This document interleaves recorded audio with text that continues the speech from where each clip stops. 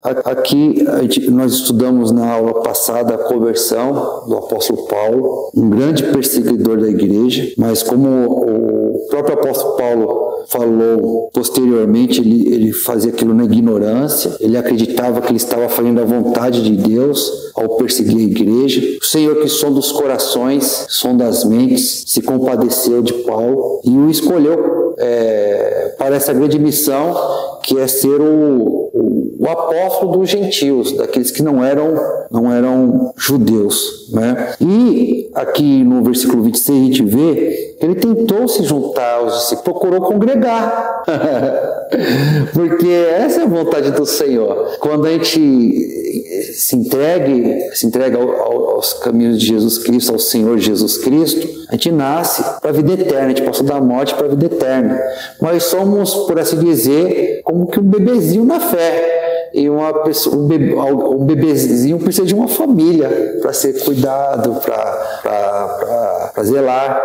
Claro que o apóstolo Paulo, ele era um homem extremamente capacitado, mas mesmo assim ele viu a necessidade de congregar. Lá em Hebreus capítulo 10, a gente conhece bem essa passagem. A palavra do Senhor fala que a gente não deve deixar de congregar, como é costume de alguns que não temem a Deus, de alguns que não levam a sério a orientação do Senhor, porque a orientação do Senhor é para o nosso bem, e o Senhor fala que é preciso a gente aprender a congregar, porque é quando a gente congrega que nós somos animados, encorajados a praticar as boas obras que agradam a Deus. E o apóstolo Paulo, ele, como nascido da fé, como um servo de Deus, procurou fazer isso, se juntar à igreja. E aonde ele procurou ali se congregar? Em Jerusalém, em primeiro lugar ali, né? Claro que lá em Damasco ele já começou a andar com os irmãos, a converter outras pessoas a Cristo, mas quando ele foi ali para Jerusalém, ele tentou se reunir com a igreja do Senhor ali em Jerusalém, mas a igreja estava com trauma, estava com medo. Eles sabiam quem era Saulo de Tarso, né? Eu acho que muitas coisas passaram pela cabeça deles, né? Será que ele está querendo se infiltrar para conhecer bem a igreja, para depois prender todo mundo, ganhar confiança? Será que ele está de artimanha? Será que é uma espécie de missão secreta? Tem as operações da Polícia Federal, né? Muitas vezes os investigadores da Polícia Federal às vezes se infiltram, né? Procuram informações e eles ficaram com muito medo. Eles não estão... A conversão de Saulo de Tarso foi algo que é tão maior a expectativa deles que eles não conseguiam acreditar. Isso me faz lembrar daquela passagem de Efésios que fala que Deus, ele pode fazer muito mais do que pedimos ou pensamos, conforme o seu poder que opera em nós. Às vezes, irmãos, a gente ora, busca e parece não haver resultado. E aí chega uma hora que a gente, é assim mesmo, tenho que suportar, tenho que me conformar. Mas aí Deus, ele muda a situação, ele quebra a nossa expectativa. E às vezes será que é mesmo? É tão maravilhoso que é até difícil de acreditar. Eles estavam ali não acreditando, desconfiados. Mas fala de Barnabé aqui, um homem já apresentado lá no comecinho do livro de Atos, que nós já estudamos, né? E que a própria palavra do Senhor atesta sobre Barnabé, né? Falando que ele era um homem bom, um homem cheio do Espírito Santo, né? Natural de Chipre. A gente vê isso lá no capítulo 4, filho de exortação, ou seja, um homem que encorajava os irmãos, A gente olhando aqui, a gente pode achar que Barnabé era aquele tipo de pessoa ingênua, sabe, pessoa de coração muito bom, mas ele está fazendo isso porque ele não é uma pessoa pragmática, uma pessoa entendida, não conhece os males do mundo. Não é bem assim, amados. Não, ele era um homem bom, cheio do Espírito Santo. Ele confiava em Deus. Acima de tudo, ele confiava no poder do Senhor. E aqui a gente vê que ele procurou informações. Ele foi atestar informações. Ele não ficou no preconceito.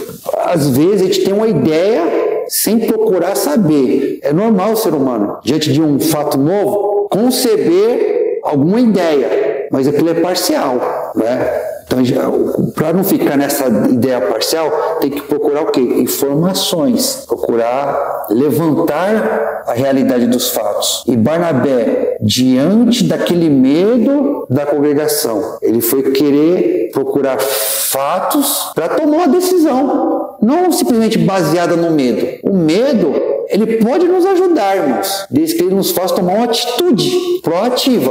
Não, tem um perigo aí, mas e diante desse perigo, como a gente deve reagir? Buscar informações, porque tendo informações concretas, a gente pode tomar uma decisão. Será que Paulo mesmo é um fingido ou ele está sendo sincero? Vamos averiguar, vamos buscar informações. E parece que é isso que Barnabé fez. Olha aqui o versículo 27. Mas Barnabé, tomando-o consigo, levou aos apóstolos e contou-lhes como ele vira o Senhor no caminho. Então ele ficou sabendo ali, por alguma fonte que aqui não é revelada, a gente não sabe qual foi a fonte que Barnabé, mas você vê que ele teve acesso a fontes de informação. Ele ficou sabendo do encontro de Paulo com Jesus no caminho e que este lhe falara, ou seja, que Jesus falara com Paulo, e como em Damasco pregara ousadamente em nome do Senhor. Então você vê que Barnabé tinha uma rede de contatos, irmãos. Tinha uma rede de contatos, porque ele conseguiu ter informação dos irmãos lá de Damasco, das pessoas que viram Paulo pregando lá. E como o Felipe já estudou com a gente, provavelmente ele teve a informação de que os próprios judeus quiseram matar Paulo quando ele passou por lado dos cristãos.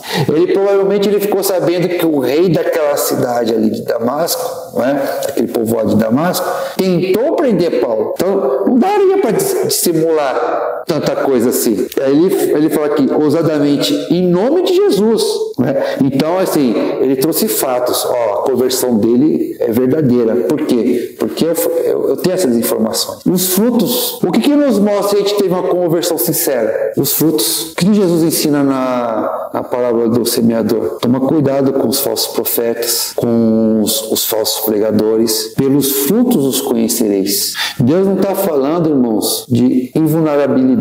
Não está falando de pessoas que são infalíveis. Nós sabemos lá pelo livro da primeira carta do apóstolo João, que se dissermos que não temos pecado, estamos mentindo. O Pai não habita conosco. Porém, o mesmo João, inspirado por Deus, ele fala, mas aquele que vive pecando não tem o Pai nem o Filho. Então, uma pessoa que ama Jesus, nesse crescimento, da mesma forma que uma criança recém-nascida, ela engatinha, tenta dar seus primeiros passos, e na tentativa de dar seus primeiros passos, tropeça, cai, mas insiste em tentar e se alegra em dar os seus primeiros passos, se exercita, assim é um cristão. O ímpio não, é aquele que aceita ficar ali na lama, no chão, na podridão do pecado, Então o apóstolo tinha frutos para mostrar que ele realmente acreditava em Jesus, que aquele pacto que ele fez com o Senhor, aquela aliança que ele fez com o Senhor, foi uma aliança verdadeira. Ele não se esqueceu daquele compromisso, e muito mais do que apenas um compromisso.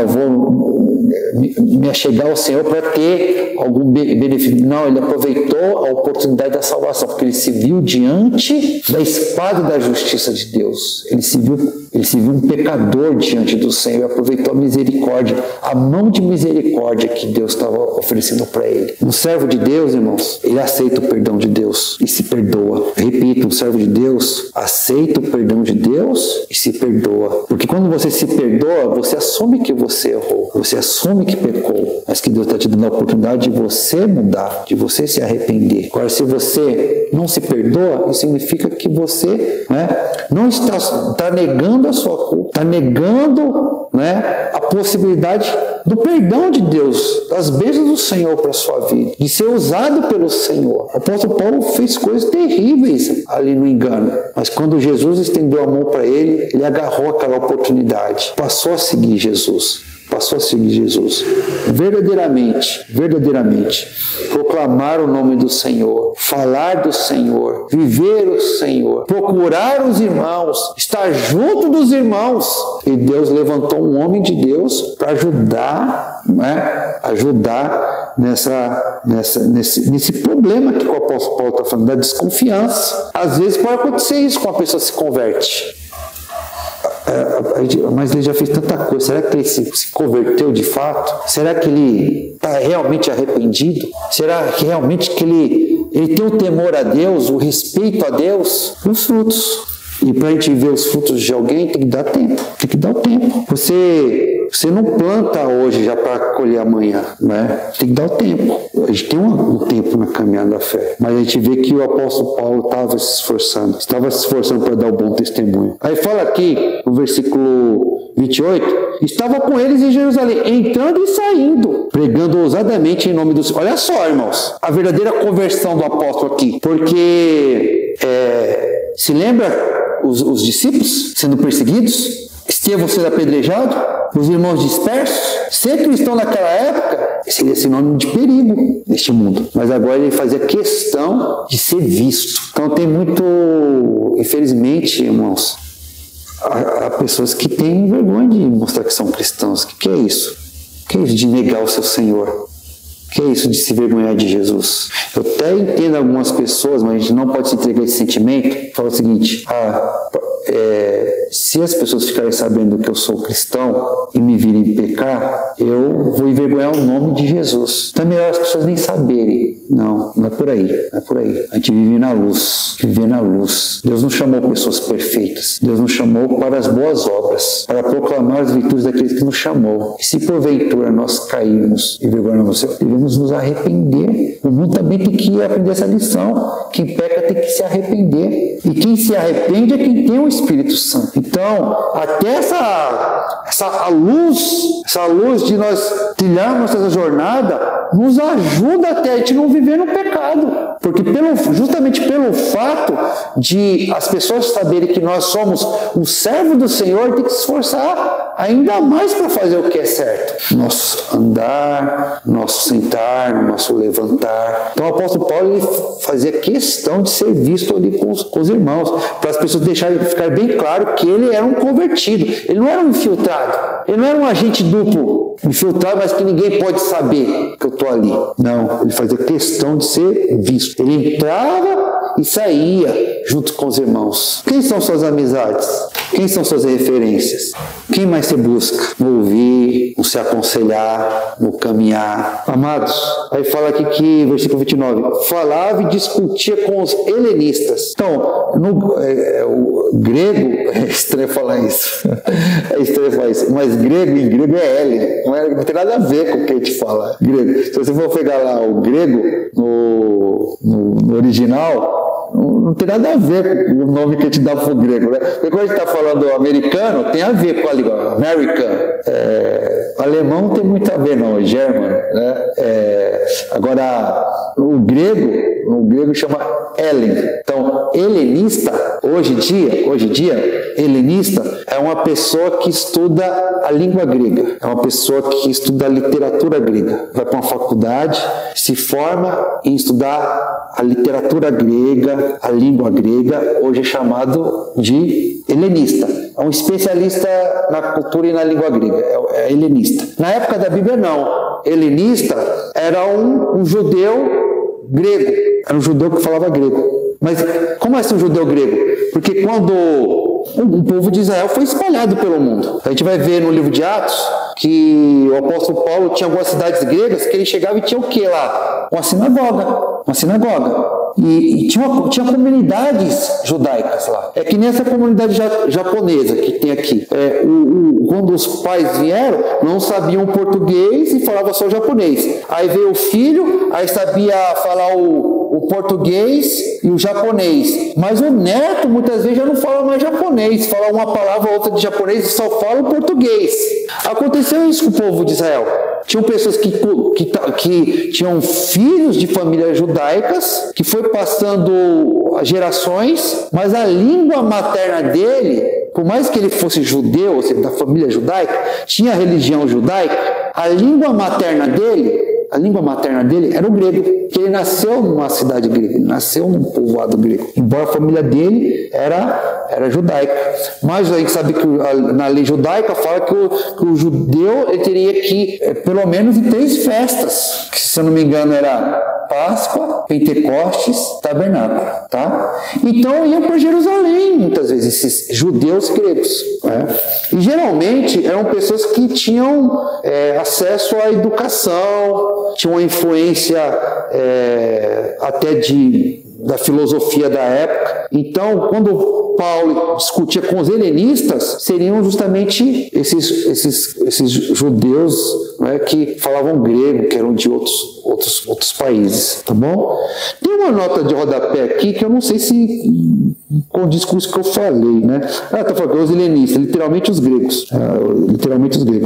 Mas é isso. Tá bom, irmãos? A gente viu essa palavra anteriormente, dentro da igreja. Vocês se lembram? Dentro da igreja? Vocês se lembram dessa palavra? Que os helenistas começaram a reclamar que as suas viúvas tinham sido esquecidas, porque eles viajaram para Jerusalém e na lei de Moisés fala que o rico devia levar a viúva, o pobre, para ir para essas grandes festas. Bancar a viagem deles. Quando você vai para uma viagem, tem uma data para ir e uma data para voltar, os recursos. Mas eles se converteram, ficaram habitando ali, aprendendo os apóstolos. Passou a época, então assim, vamos sustentar esse pessoal. E quem tinha preferência na fila? As viúvas. Porém, nessa distribuição diária de alimentação, as viúvas judaicas estavam sendo levando a primeira e as pagãs, não é bem pagão porque eram judeus, né? Mas que vinham dos outros povos e estavam sendo esquecidos. Aí Pedro escolhe dentre vocês, eu acredito que ele está falando ou na igreja geral ou especificamente para os irmãos helenistas, dentre vocês, irmãos sábios, fiéis, conhecedores da palavra, cheios do Espírito Santo. Então, nesse sentido, provavelmente, eu não sei, isso é uma hipótese, provavelmente até Estevão foi um helenista, tá bom? Inclusive o nome Estevão é de origem grega, então é provável que ele foi um helenista, um judeu que veio de outro. Barnabé é um helenista, ele era natural de quê? Chipre, é uma cidade grega, pra você ver, era um judeu, um homem fiel, helenista, mas muitos não se converteram ao céu, inclusive vão perseguir aqui, porque fala que eles procuraram tirar-lhe a vida, não conseguiam ganhar nos argumentos, não conseguiam resistir à verdade com sofismas e começaram a partir para a violência. Tem gente que não sabe perder, tem gente que entra na discussão, irmãos, para querer aprender, vamos debater o tema, porque eu quero chegar à verdade, mas aí é uma pessoa de caráter, uma pessoa que tem uma sede pelo saber, uma sede pela verdade, que entende que não vale a pena se alienar, conhecereis a verdade vos libertará. Mas tem gente, a grande maioria dos casos, irmãos, o orgulho, o egoísmo humano se filtra e as pessoas só querem ganhar discussões, é briga de timinho, sabe?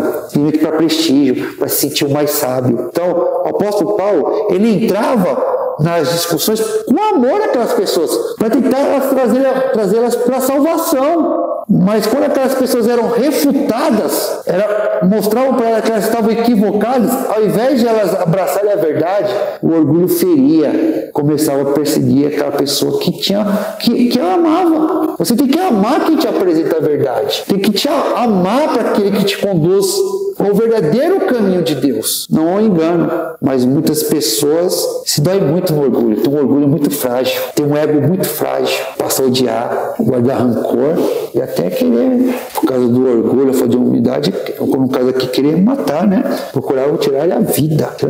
Versículo 30.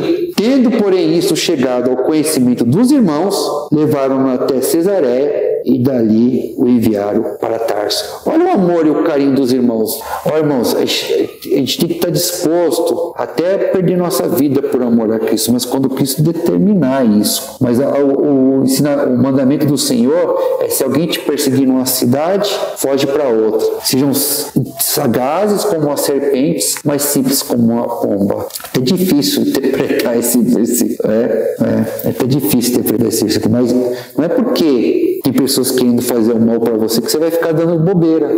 Não importa não, vida eterna, eu dou o peito mesmo, vem para cima. O apóstolo Paulo vai ter uma atitude que vai ser essa, vai ver que é um sacrifício vivo, assim. Mas a gente tem que ir quando a gente vê que a gente faz a nossa parte, e mesmo assim chega a hora que não tem mais como fugir, então a gente não vai negar o Senhor e tem que sacrificar. Mas glória a Deus que, pelo menos por enquanto no Brasil, a gente não tem esse tipo de perseguição. Glória a Deus por isso. Pode até ter, mas de forma mais velada, não é?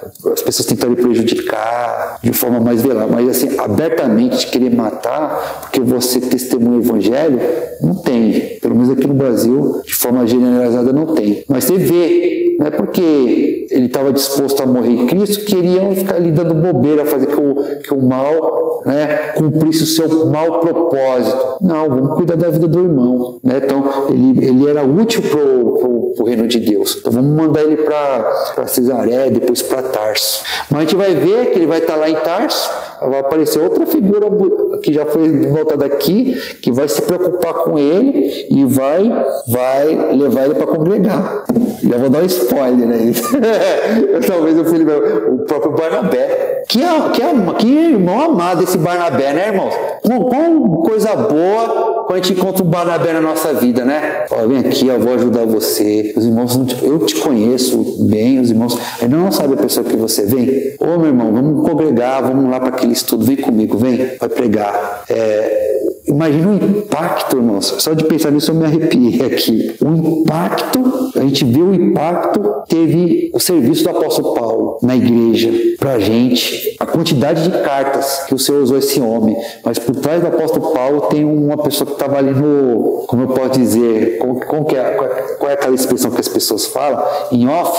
Acho que é isso, né? Estava ali em off, ele dando suporte para ele, dando a força para ele. E isso que é maravilhoso. A gente quer trabalhar o Senhor, mas fazer o que é melhor para Deus, mas Deus usa os seus instrumentos como Ele quer. Às vezes aquela pessoa que aprendeu com a gente, que de certa forma foi trazida ao Senhor, quando Deus ele usou a gente como instrumento para que isso acontecesse, às vezes vai ter um impacto muito maior na vida das outras pessoas, até do que o nosso próprio trabalho. Mas o nosso trabalho está ali também. O próprio Ananias, não o Ananias que morreu lá no capítulo 5, né, que não temia a Deus, mas o Ananias que tinha temor ao Senhor e foi lá para batizar o apóstolo Paulo e falar aquilo que ele precisava ouvir. Por que te demoras? Lava os teus pecados invocando o nome dele. O papel daquele homem para a conversão do apóstolo Paulo. Então essa figura de Barnabé, ela vai aparecer mais aqui na frente. Mas ele foi muito importante, amados. Ele foi muito importante ali nesse início do apóstolo Paulo nessa caminhada cristã. Até o grande Saulo de Tarso, que tinha muita influência ali em Jerusalém, muito instruído, precisou de alguém que desse a mão para ele. Todos nós, irmãos. E sobretudo no começo da nossa caminhada. Então não despreze aquele que está te dando apoio, te incentivando a trilhar os caminhos do Senhor, a cuidar de você, a cuidar da tua vida, da tua alma. Aqui a gente vê a preocupação dos irmãos. E quando vê lá a pessoa meio isolada, chamando para a obra. Vamos, Paulo, eu fui lá, a gente vai ver lá, eu fui lá em a cidade, Antioquia. Vamos lá em Antioquia, porque lá tem tido convertidos lá, eles amam o Senhor, a gente tem que congregar lá. Vamos para aquela obra. Quem fez isso? Quem animou? Barnabé. Então é mais um exemplo para a gente, e isso me traz boas lições. Até que alguém gostaria de comentar algo, fazer alguma colocação? Eu estou vendo que você levou ilhado, que é um grande instrumento para a galera, porque criou uma perseguição muito grande, as pessoas se espalharam. Isso. Só que a minha pensa também que é um dos livros que mostra mais o crescimento da igreja, que mais você vê pessoas que converteram ao Senhor. Com certeza. Deus, E dá sempre um jeito de aliviar as pessoas mostrando que está. Amém. E é uma lógica que só o homem espiritual consegue entender, né, irmãos? Porque o homem carnal não consegue entender isso. E a gente não quer passar por isso. Mas eu na minha pequenez, muitas vezes eu não quero aceitar isso, mas é uma verdade que a gente vê na Bíblia. Que muitas vezes a igreja cresce em momentos de perseguição, nas dificuldades. Quando passa por momentos de dificuldades, ela amadurece, como você falou. E é isso que a gente tem que ter, essa visão espiritual clara de que quando vem a provação, vem a dificuldade, não é para que a gente seja derrotado, mas para que a gente possa sair daquilo fortalecido, trazendo alguns ensinamentos para a gente, né? E consolidando o nosso compromisso com Deus. Então, o seu comentário me faz pensar nisso, irmão. Obrigado, viu? Mais alguma colocação, Felipe?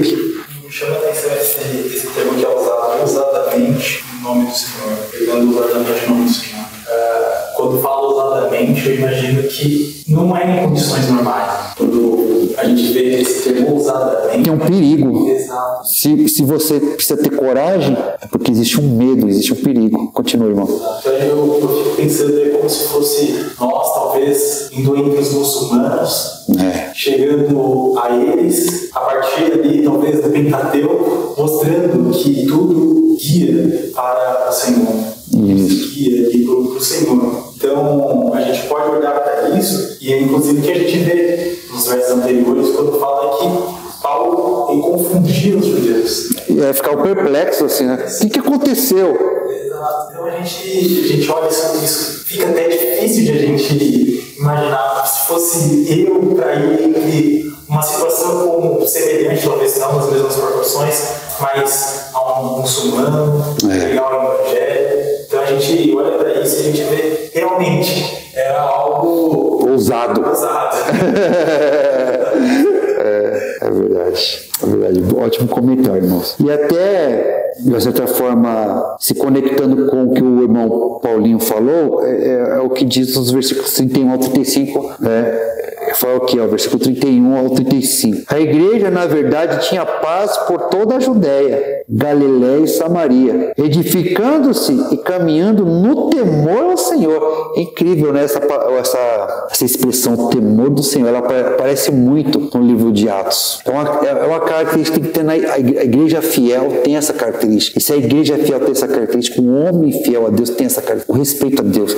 Tem coisa que a gente não tem que falar. Tomar cuidado em falar acerca de Deus. Não que você é tentado. Tem que mostrar um respeito. Não é porque Deus ele te ama, ele te perdoa, que você vai ficar abusando do amor de Deus. Ele tem que saber que ele é soberano, ele tem o poder para dar vida e tirar a vida. O que é isso? É o temor do Senhor. E o próprio Jesus nos ensinou isso. Não tema os homens que são capazes de matar o corpo, mas não fazem nada com a alma. Antes temam aquele que pode lançar o corpo e a alma no inferno. Então Deus é amor, mas ele é justiça também. Então, um servo de Deus, uma serva de Deus, uma igreja fiel, não esquece o temor a Deus. Mas continuando, caminhando no temor do Senhor e no conforto do Espírito Santo. Crescia em número. Olha só, hein? Crescia em número. Então, conforto do Espírito Santo aqui, irmãos, eu entendo consolo, né? O refrigério. Amados, às vezes as lutas são muito difíceis. Em meio às lutas, a gente pode chegar ao esgotamento. Mas aí vem o Senhor e nos dá o refrigério, o consolo. Nos dá um momento ali para alegrar nosso coração, para encher nosso coração de esperança, de alento. Para o quê? Continuar combatendo o bom combate. Nós não estamos num parquinho de diversão. Nós estamos no meio de uma guerra espiritual. E às vezes a vida é muito dura, amados. Não é como geralmente esses treinadores, palestrantes fazem. Faça assim que tudo vai dar certinho na sua vida. Tudo vai ser tranquilo na sua vida. A vida é muito complexa. É muito complexa. E homens, mulheres de Deus sofrem. Isso é bíblico. Isso é realidade. A gente não pode se alienar. Mas só que a gente também não pode se entregar ao desespero. O Senhor nos dá o consolo, o Senhor nos dá o alento, Ele nos faz deitar em pastos verdejantes e refrigerar nossa alma. Diante disso, há uma passagem que me consola bastante, que é em Hebreus capítulo 13. Hebreus capítulo 13. Eu não sei se vocês já tiveram essa sensação, irmãos. Às vezes a carga vem, aí eu começo gemer que nem o salmista, sabe? Senhor, por que me esqueceu de mim? Tem misericórdia de mim, Senhor. Não deixa eu ser confundido. Livra-me dessa situação, Senhor. Porque não ouve a minha oração. Eu só tenho o Senhor. Aí quando a gente menos espera, Deus dá um alívio pra gente. Mas pra continuar lutando. Porque a gente vai sofrer ataques. Vai ter os problemas da vida. Vai ter os problemas da vida. E é justamente nesses momentos aí de tribulação, de tristeza. Ninguém gosta de sentir tristeza, mas faz parte da existência de tristeza, que a gente vê a profundidade do nosso compromisso com Deus. Minha aliança com o Senhor, ela é muito maior do que as circunstâncias. Embora, irmãos, nós reconheçamos que até isso é misericórdia do Senhor, porque todo mundo tem um limite. Deus sabe que a nossa estrutura é pó, mas a gente tem a promessa que Ele não permite provação além das nossas forças. E Ele nos dá o conforto do Espírito Santo, o refrigério, a esperança continua no Filho. E Ele alegra nosso, não deixa a nossa tristeza chegar a um excesso muito grande. E alegra o nosso coração e enche a nossa mente de esperança e a gente continua a caminhada. Um versículo que fala muito ao meu coração é versículos 5 e 6 do capítulo 13. É claro que aqui ele está falando também, irmãos, de questão financeira, mas o que me consola bastante aqui é o final do versículo 5. Isso aqui não serve só para a questão financeira, para todos os outros problemas que a gente enfrenta e a dúvida passa pela nossa mente, pelo nosso coração. Então é um versículo que fala muito ao meu coração. Hebreus capítulo 13, versículo 5 ao 6. Seja a vossa vida sem avareza, contentai-vos com as coisas que tendes, que ele tem dito, de maneira alguma te deixarei, nunca jamais te abandonarei. Assim afirmemos confiantemente: o Senhor é meu auxílio, não temerei. Que me poderá fazer o homem? O Senhor é meu auxílio, não temerei. Quem dá esse consolo, irmãos? O Espírito Santo de Deus. É o Espírito Santo de Deus. Você já se sentiu desanimado? Se arrastando? Mas por causa da sua aliança você continuou, você perseverou e Deus foi lá e te deu aquele up, te deu aquela energia para você continuar. Aí aquela situação passou, você começou a rir com mais facilidade, mais tranquilidade. É o Senhor, amados. Às vezes a gente alcança esse consolo por coisas simples, ou às vezes a gente espera coisa tão grande, sabe? Deus ele é capaz de se revelar com coisas grandes. Mas como lá aconteceu com Elias, Deus às vezes se mostra num sussurro, uma brisa suave. Às vezes é um telefonema, uma palavra amiga de encorajamento. Às vezes é uma pregação, um estudo. Às vezes é aquele cafezinho que uma pessoa querida fez para você e te ofereceu. Uma comida gostosa. Às vezes Deus revela a bondade para você, irmãos. Tem uma coisa simples, que você está num ônibus extremamente lotado, extremamente cansado. De repente, bem ali na tua frente, sai a pessoa que tem um lugar para você descansar as suas costas. Oh, glória a Deus. Às vezes é um banho quentinho, morno, depois de um dia de dificuldade. A compra que você faz no mercado, É a cura de uma doença, de um resfriado, Coisas simples que você tem que observar a mão do Senhor e agradecer. Mas acima de tudo, o conforto maior te encontra o quê? Na palavra de Deus. É pelo consolo das Sagradas Escrituras. A gente não pode fechar nossos ouvidos às Sagradas Escrituras. Então, frisando, eu ia ler até o versículo 35, mas frisando esse versículo 31. A igreja, na verdade, tinha paz por toda a Judéia, Galiléia e Samaria, edificando-se, caminhando no temor do Senhor. O que é edificar, irmão? É se tornar melhor do que era antes. É ter uma atitude construtiva. Edificar vem de construção, um bloco sobre outro, para criar algo que é útil. Então você tem que procurar ser uma pessoa melhor. Você tem que procurar a ajuda do Senhor para ser uma pessoa melhor, para amadurecer. Isso é útil. Útil ao reino de Deus, útil à causa do Senhor, útil aos irmãos, embora a gente seja um servo inútil, no sentido que a gente não pode ficar se vangloriando dos nossos esforços, porque Deus ele é perfeito, mas Ele nos dá a oportunidade de participarmos da obra dele. Então Ele estava se edificando ali, e caminhando no temor do Senhor e no conforto do Espírito Santo, e eles cresceram em número. Irmãos, eu vou ler aqui rapidinho, né, o versículo 32 ao versículo 35, para encerrar, tá? Passando Pedro por toda parte, desceu também aos santos que habitavam em Lida. Então a gente vê, né, os irmãos, assim, a igreja, a palavra do Senhor se espalhando ali pelas cidades em volta ali da Judéia. Então ele vai para essa cidade e tem irmão lá. Versículo 33. Encontrou ali certo homem chamado Enéas, que havia 8 anos jazia de cama, pois era paralítico. Então, quando fala aqui que havia 8 anos jazia de cama, parece-me, pode ser que eu esteja errado, mas parece-me, eu tenho a impressão de que esse homem andou, uma época da sua vida ele caminhava, mas aconteceu alguma situação que fez ele ficar encamado há 8 anos, paralítico. Pedro fala que Pedro ele desceu aos santos que habitavam em Lida. Aí eu não sei, né, amados, se esse Enéas era um irmão em Cristo. Talvez, amados, talvez, né, deixa eu ver aqui. Não está claro se ele já era um irmão ou não. Mas eu sei que ele desceu para aquela cidade para ficar com os irmãos. E lá, nessa cidade, encontrou esse Enéas. Tá?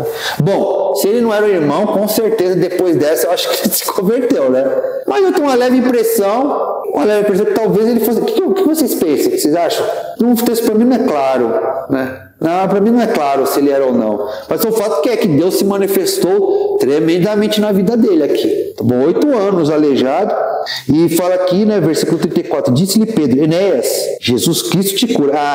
Por essa frase de Pedro aqui dá para entender que ele não era convertido, né? E você acha que se ele fosse irmão, ele não ia saber que era Jesus que estava curando ele? Mas Pedro ele faz questão aqui de testificar para ele que era o Senhor Jesus que estava curando ele. É uma forma de evangelização aqui, talvez. Levanta-te e arruma o teu leito. Ele imediatamente se levantou. Viram-no todos os habitantes de Lida e Sarona, os quais se converteram ao Senhor. Então, uma conversão aqui, graças ao milagre na vida deste homem. Amados, há muitas situações que nos causam dor, sofrimento e que nos entristecem muito. Mas a gente vive num mundo onde, em muitos lugares, pessoas estão tomadas pela escuridão e precisam de luz, precisam de esperança. A gente não queria ter espinhos na carne, dores, sofrimentos, mas com a consolação que nós alcançamos do Senhor, a gente pode ser usado para consolar outros. E quem já sofreu uma dor, uma doença, passou por um momento de desespero,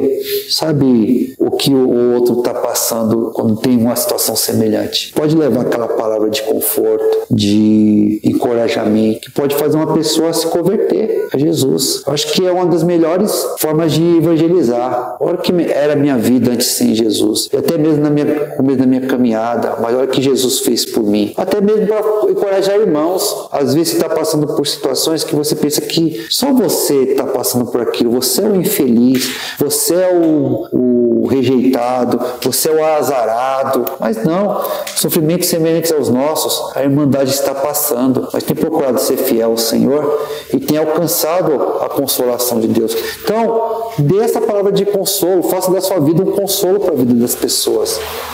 Que o Senhor Jesus possa ser glorificado nessa situação de sofrimento. Pelo menos isso é o que me consola, irmãos. Às vezes eu estou passando por uma situação e falo assim, por que eu estou passando por isso? Quando você parece que está fazendo checklist e está fazendo tudo certinho, sabe?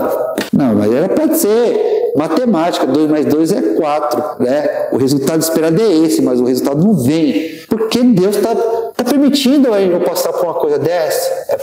Não é para você se derrotar ali, não é para você perder a fé, é para que você alcance a consolação do Senhor, para que quando vierem os novos convertidos, você possa consolar eles nas dificuldades que eles estão enfrentando quando você for evangelizar. Não se desespere não, meu irmão, eu já passei por isso também, não perca a confiança não. Coloca os seus olhos no Senhor, em todas as áreas, amados. A gente tem situações que nos causam dor e angústia.